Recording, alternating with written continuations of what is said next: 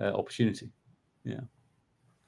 Well, that actually leads into my next question. So you answered one part of it. So if you look at, senior leadership at plants and companies, and you compare, let's say, 10, 20 years ago versus today, what's available to them now that they didn't have? So, AI would be one, but are there other things you could think of that senior leadership could just grasp on today that just would have been totally unheard of, let's say, a decade ago? There are. I think that there aren't many things that are as easy. The only thing I would point out is there aren't many things that are as easy to get started with as something like KaizApp, which is sort of out of the box, right? But Right.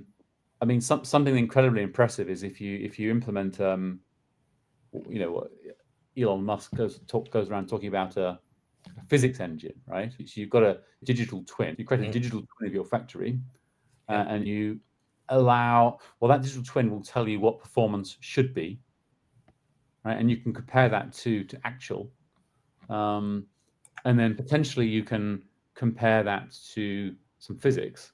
Have to do that, but the point is you can get a very representative way to compare theoretical to actual, and you can use that to find the big gaps to focus on, because it's sort of going to the physics of it. It ignores certain losses. So a good example would be, you got a car going around a track, right?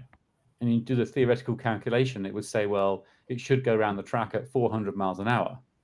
You go, well, why doesn't it go around the track at 400 miles an hour? Oh, drag. It didn't tell it that this thing called drag that saps all the energy and causes the speed to have a limit. So the physics engine allows you to see what's theoretically possible, and you compare that to what you're actually achieving. That exposes some big opportunities, usually opportunities that we haven't thought about.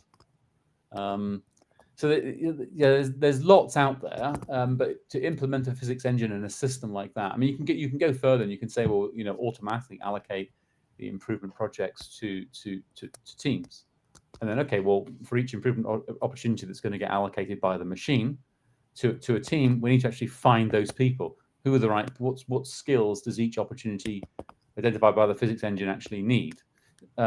And let's have an application automatically find the right team members for each. So you can go to kind of Star Trek with it, right? KaizApp, we're not trying to. That's sort of almost computer taking over. There are a very small number of companies that have gone quite far down that road, but they tend to be very large businesses, very stable, very large businesses, a very high flow of value. Like hundreds of millions of dollars per day per factory. Flowing down the value chain, so it's obviously a lot of investment to implement all that. But yeah, there's some really exciting things going out there. But KaizApp is more mainstream.